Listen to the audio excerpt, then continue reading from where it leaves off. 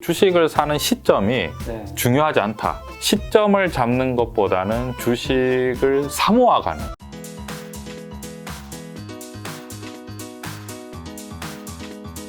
자, 아까 전에 리오프닝 쪽 관심 좀 있게 본다고 하셨는데, 그러면 항공이랑 호텔 레저 쪽은요? 항공이나 호텔 레저 같은 경우에는, 항공주 같은 경우에는 사실 제가 질문을 굉장히 많이 받았었는데요. 네. 항공이 이미 코로나 이전으로 다 회복을 한 약간 상황인데, 주가가? 예, 왜냐면 대한항공 같은 경우, 왜냐면 우리가 사람은 이동을 못 하는데 화물이 예, 화물이 엄청나게 이동을 한다고 하더라고요.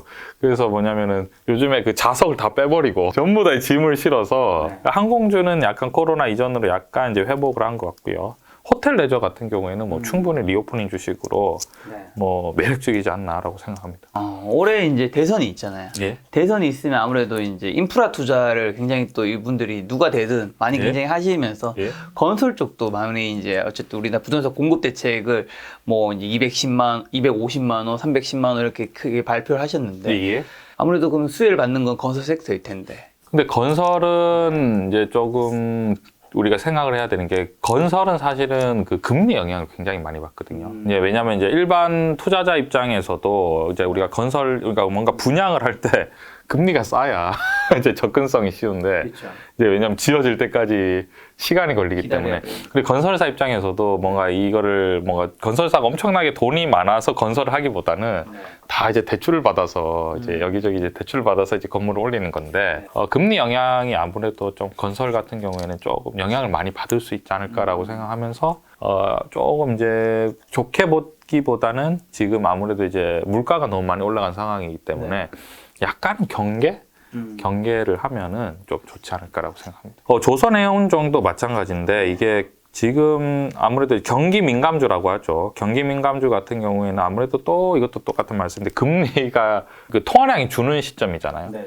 통화량이 주는 시점이라는 게 뭐냐면, 사람들이 약간 이제 소비를 과거에는 이제 뭐 저금리 시장에서는 뭔가 이제 그 자산 가치가 계속 올라가는, 왜냐면 빚에 이렇게 얹어서 이렇게 계속 서로 이제 올라갈 수 있는데, 아무래도 이제 약간 이제 우리가 금리가 양적 축소가 될 수도 있다라고 하면은 화물량도 약간 줄어들 수 있기 때문에 아무래도 조선이라든지 건설주 같은 경우에는 조금 이제 우리가 좀 이제 신중하게 투자를 하면 좋을 것 같습니다. 대표님 같은 경우 작년에 또 어쨌든 뭐 산 주식도 있을 거고 판 주식도 있을 텐데, 예. 그리고 당연히 수익을 본 종목도 있고 손해를 본 종목도 있을 거잖아요. 예. 지금 보유하지 않은 것 중에서 작년에 사서 수익을 본 것과 좀 손해를 본 거, 예. 그럼 그리고 그 주식을 왜 샀는지, 예. 왜 수익을 받고 왜 잃었다고 생각하시는지 예. 하나씩만 딱 얘기해 주신다면. 저는 사실은 그 실적이 좋은 주식 중에서는 늘 이제 삼성전자와 SK하이닉스와 LG전자와 LG노텍을 말씀을 드렸거든요. 그래서 이제 주식이 그때 사실은 삼성전자도 좀 하이닉스나 이렇게 하락할 때가 있었는데, 실적이 좋다. 실적이 좋기 때문에 사모아가 또 나쁘진 않고, 실적이 좋은 주식을 떨어진다고 해서 파는 거는 나중에 지나고 나면 잘 팔았다라고 생각하기보다는 내가 저 바닥에서 주식을 나중에 더 샀어야 될 시점에서 던졌다니, 약간 그렇게 뭔가 할 수도 있다라고 말씀을 드렸었는데, 그 중에서 좀 운이 좋았던 게 LG노텍. LG노텍이 굉장히 많이 왜 샀었죠? LG노텍이 일단은 실적이 굉장히 좋고 성장주적인 관점에서 봤을 때 애플에 카메라 모듈을 공급을 했었거든요. 근데 애플의 카메라 모듈을 공급한다는 것 자체가 사실은 전 세계에서 카메라 모듈 거의 최고라고 생각할 수 있기 때문에 그 주식을 이제 사놨었는데, 그 주식이 이제 좀 많이 올라서, 그리고 또 반도체 같은 경우에는 삼성전자는 못 올랐지만 DB 하이텍이라든지 심텍이라든지 해성 DS 약간 이제 중소형주는 좀 많이 오른 상황이라서 그런 것들은 제가 약간 일부 차익 실현을 한 것 같습니다. 자, 그러면 작년에 손해 본 거는요? 왜 손해 보셨어요? 손해 봤다기보다는 수익이 났다가 약간 줄어든 거죠. 이제 그 예를 들면은 제가 삼성전자 같은 경우는 크게 큰 손실이 거의 없는 상황이고요. 플랫폼 주식은 제가 아직도 팔고 있지 않습니다. 네이버와 카카오는, 왜냐면 이 주식을 팔고 그러면 뭔가 더 성장주 있는 주식을 사야 될 것 같은데, 아까 작가님한테도 또 말씀드렸지만 전 세계 돈이 과연 어디로 몰릴 것이냐라는 관점으로 봤을 때는 반도체와 스마트폰 그리고 플랫폼이 결국 이것들을 다 뭔가 이제 잘할 것 같은데 이 플랫폼이 내가 주식이 이걸 떨어진다고 해서 뭐 위험 관리 측면에서 왜냐면 제가 실제로 왜냐면 플랫폼의 어떤 비중이 굉장히 컸다면 줄였을 텐데 삼성전자 비중 그러니까 이 반도체 쪽 비중이 굉장히 컸기 때문에 이거는 뭐 그렇게 큰 위험은 아니었었고 근데 네이버랑 카카오는 어떻게 보면 작년 기준으로 했을 때는 되게 좀 비싼 시절이었는데 그때 비싸다고 하셨는데 왜 안 파셨어요? 저는 이제 비싸다라고 하는 관점은 어떤 관점이냐면 추가 매수는 자제. 왜냐면 이제 네이버 카카오는 사실 매수 단가가 굉장히 좀 낮은 상황이기 때문에 이미 나는 떨어져도 수익은 예. 보고 있으니까. 굉장히 이제 그 예전부터 이제 네이버 카카오를 가지고 있었다 이제 많이 올라간 상황이기 때문에 오히려 저는 떨어지면 어떤 느낌이냐면 좀 더 사볼까? 그러니까 이게 그냥 고점에서 이제 주식을 많이 샀을 때는 떨어지면 이제 이거를 좀 위험 관리해야 되겠다 이런 생각이 드는데 이미 그 주식이 옛날부터 갖고 있다가 쭉 올라서 이제 조정을 받았기 때문에 크게 뭐 부담은 없는 상황이에요. 그냥 오히려 그냥 수익이 좀 줄었다 약간 이런 느낌이지 손실이 났다 이런 느낌. 아마 시장은 근데 이런 질문 하고 싶을 것 같아. 그래도 어쨌든 고점 대비해서는 예. 많이 떨어지긴 했잖아요. 그럼요. 근데 지금 대표님이 주식 그렇게 잘하는데 예. 그래도 굉장히 올랐어. 영원히 오른 주식은 없는데 예.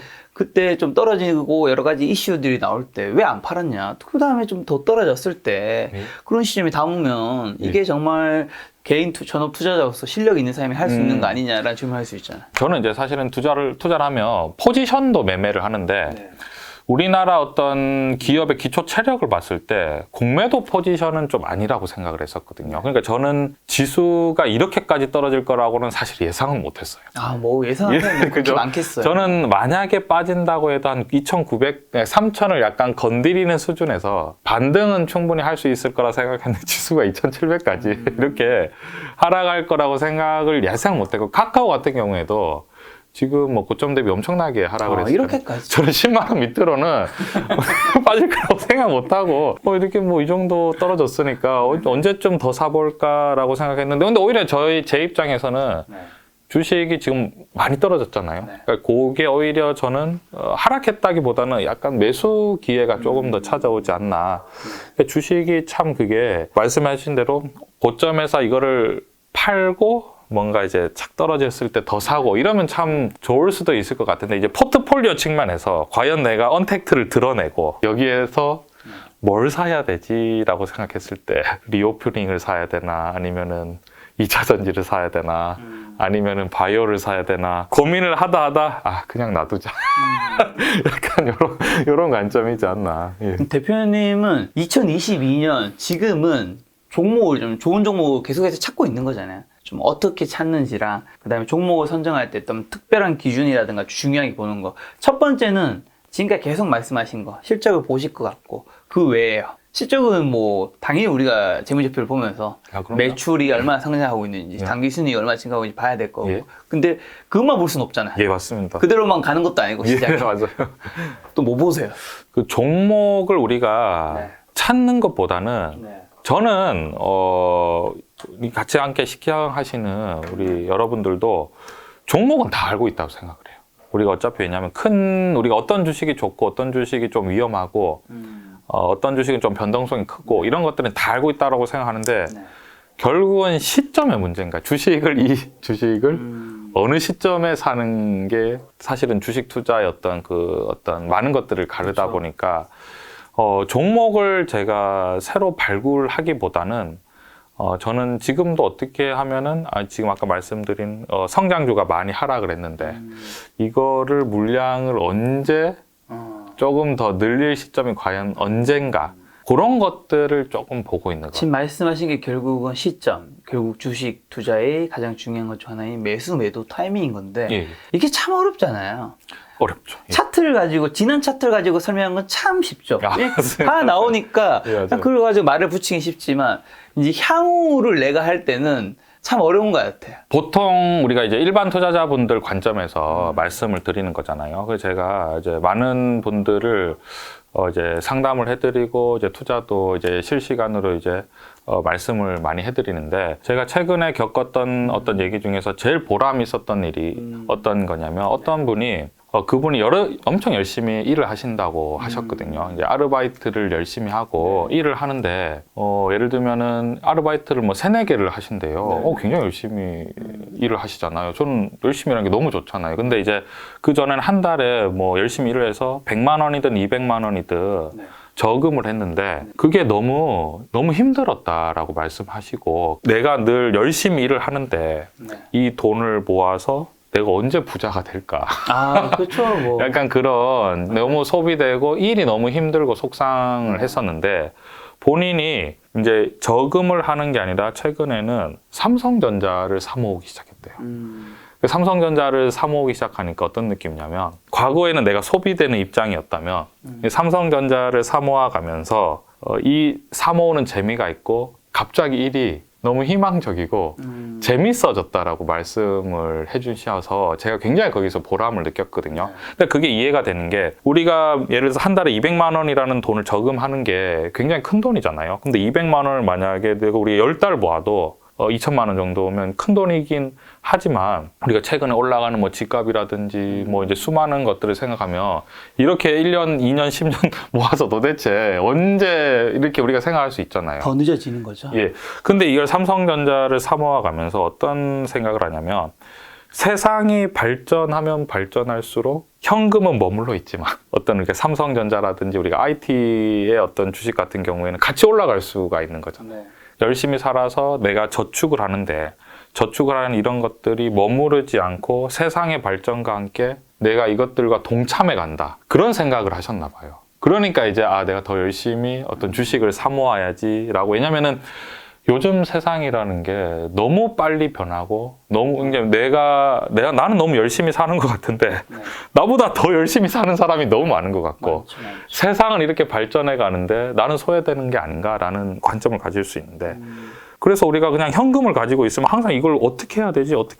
어떻게 내가 이걸 해야지만이 잘할 수 있는 거지라고 하면서, 우리가 이제 요즘 세상이라는 게 열심히 일만 해서 되는 게 아니라 열심히 일한 이 나의 자산을 효율적으로 투자를 해야 되는 게 중요한 건데, 이것들을 이제 어떤 우리가 세상이 발전해 가는 어떤 그 중심에 있는 주식을 투자를 해감으로 해서 그거에 대해서 뭔가 기쁨을 느끼고 보람을 느낀다는 거에 대해서 저는 굉장히 좋다라고 생각을 하고, 보통 저는 이제 일반 투자자분들이 주식을 대하는 관점, 그러니까 우리가 사실은 아까 전에도 말씀드렸지만 삼성전자가 내는 영업이익이 막대하잖아요.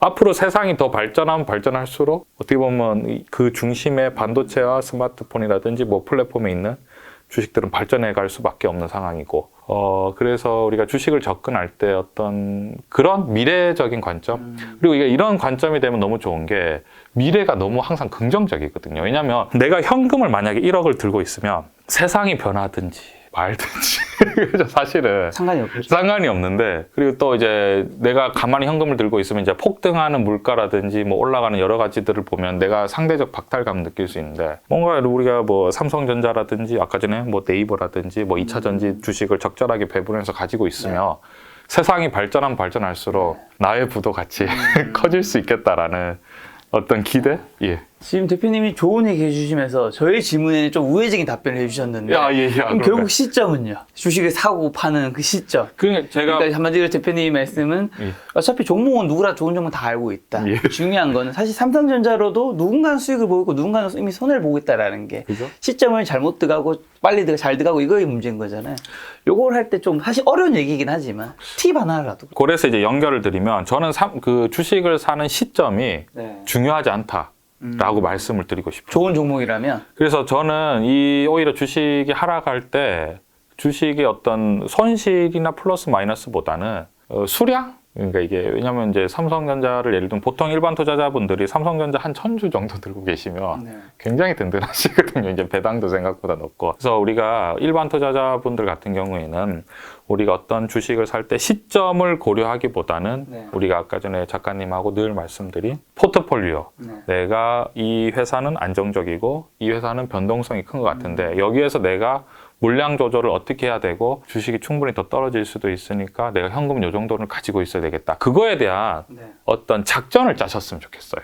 그래서 이제 하얀 이 스케치북을 딱 펼쳐놓고 내가 갖고 싶은 주식 포트폴리오 100이면은 네. 내가 여기에서 몇 퍼센트 이런 식으로 해서 그거에 대한 것이 잘 됐는지 못 됐는지는 늘 우리 이제 김 작가 TV와 왜냐면 많은 전문가들이 나와서 말씀을 하기 때문에 거기 또 댓글도 이렇게 달고 하면은 내 포트폴리오 한번 봐주세요 라면 또 이제 밑에 또 좋은 댓글이 많이 또 이제 댓글이 달리고 할 거기 때문에 그런 어떤 시점을 잡는 것보다는 주식을 사모아가는 관점이고 주식이 아까 변동성이 있는 주식이라면 사모았을 때 반등을 했을 때 또 이건 적절하게 줄여주시고 그렇게 하면은 참 좋지 않을까라고 생각합니다. 자, 주식 투자에서 가장 중요한 거 뭐라 생각하세요? 첫째도 둘째도 위험 관리죠. 수익률은 사실은 상승장일 때는 굉장히 좋은데 하락장일 때는 정말 또 힘들 수 있거든요. 그래서 주식 투자를 할 때 우리 많은 분들이 힘들어하시는 많은 그 요인이 뭐냐면 위험 관리가 안 되기 때문에 네. 힘들지 않나라고 생각하고요. 투자를 하실 때는 항상 주식 자체가 위험하기 때문에 첫째도 둘째도 위험 관리. 그러니까 위험 관리를 하면 좋은 게 처음에는 이해가 안 될 수도 있거든요. 네. 아니 위험 관리에서 언제 수익을 내나라고 생각하실 수 있는데요. 주식 시장이 그야말로 정말 전쟁터라고 하잖아요. 근데 그게 잘 처음에는 이해가 안 돼요. 아니, 이렇게 풍요로운 곳이 네. 왜 이게 전쟁터라고 하는가라고 하는데 그 상승장이 끝나고 어느 정도 조정이 들어가며 진짜 그 공포 그 자체인데 위험 관리만 하다 보면은 수익률을 쫓으신 분들이 많은 분들이 좀 힘들어 하세요. 이제 그때 그것들을 이제 우리가 가져오는 그런 상황인 거예요. 사실 주식시장 굉장히 비정하죠. 그래서 비정하고 남들의 어떤 굉장히 힘듦을 네. 또 그때 우리는 또 주식을 이제 사게 되는 관점이기 때문에 그래서 항상 주식은 첫째도 둘째도 위험 관리. 자, 비정한 주식 시장에 예. 계시는 이제 2030 예. 세대분들한테 투자 조언 한마디만 좀 해주신다면. 그런 얘기가 많았었잖아요. 그 벼락 거지라든지. 저는 그게 사실은 정말 이해가 안 됐어요. 왜냐하면 과거 10년부터 지금의 시점보다 네. 지금의 시점부터 앞으로의 10년이 저는 성장 속도가 훨씬 빠르다라고 생각을 하거든요. 그래서 세상이 앞으로 더 많이 발전할 거고 더 많이 재미난 일이 많을 텐데 왜 앞으로 이제 이 젊은 세대들에게 벼락거지라는 단순히 우리가 뭐 부동산이라든지 최근에 이제 많이 상승한 것들이 많지만 결국은 그러한 상승은 그러니까 영원할 수가 없고 일시적일 수도 있거든요. 그리고 우리가 늘 이제 경제나 금융을 보면은 과거에는 돈이라고 생각했던 것들이 돈이 아닐 수도 있고 또 돈이었던 것들이 또 돈이 아닐 수 있는 뭐 그런 상황이 많이 연출이 되기 때문에 저는 2030이 끊임없이 뭐 우리 세상에 어떤 관심을 가지고 그러니까 이게 좀 더 부정적인 기보다는 긍정적인 마인드로 항상 이제 그 자본주의 시장을 좀 즐기면서 네. 나의 부를 커지게 할 수 있는 어떤 산업은 뭘까? 그런 것들을 생각을 하면서 주식을 꾸준히 사모아가면 왜냐하면 앞으로 발전 속도가 더 빠를 거기 때문에 훨씬 더 긍정적이지 않나라고 생각을 합니다. 저는. 예. 자, 오랜만에 김 작가 팀이 나오셨는데 예. 상반기 주식시장 예. 좀 개인 투자자분들 좀 예. 어떻게 대응하면 좋으실지. 상반기 시장은 사실은 과거에 이제 주식이 많으셨던 분들은 지금 굉장히 힘들 수 있잖아요. 그렇죠. 근데 지금 저는 이 하락이 우리나라 코스피만 봤을 때는 시장의 어떤 위기라기보다는 좀 이제 약간의 이제 필요한 조정? 왜냐하면 조정일 수밖에 없다라고 생각하고요. 그렇기 때문에 지금 여기에서 이미 주식이 많이 하락한 상황에서 주식 어떤 비중을 조절하는 거는 좀 위험하다고 생각을 해요. 그래서 이제 좀 힘들지만 좀 주식이 마이너스가 많이 난 그런 것들은 좀 지켜보고 지금 사실 지수가 2,700이잖아요. 저는 물론 여기서 더 떨어질 수도 있습니다. 왜냐면 아까 말씀드렸죠. 미국이 이제 지금 물가 지수가 많이 올라갔기 때문에 어떤 식으로든지 간에 좀 이제 조절을 해야 되거든요. 네. 그럼에도 불구하고 지금 여기서 충분히 지금 이 지수는 충분히 많이 하락해 있다라고 저는 생각을 하고요. 그렇기 때문에 주식을 많이 갖고 계신 분들이 고통의 어떤 시간을 좀 슬기롭게 잘 견뎌냈으면 좋겠고요. 또 신규로 뭔가 현금이 있으신 분들은 오히려 이제 주식이 많이 싸져 있는 지금 상황이기 때문에 이 기회를 잘 살려서 또 어떤 좋은 어떤 자산 증식의 기회로 삼으셨으면 좋겠습니다. 오늘 만난 배우님은 전업투자자 김주영님이었습니다. 지금까지 여러분 소중한 시간 함께해 주셔서 정말 감사합니다. 오늘도 김 작가였습니다. 고생 많으셨습니다. 예, 감사합니다.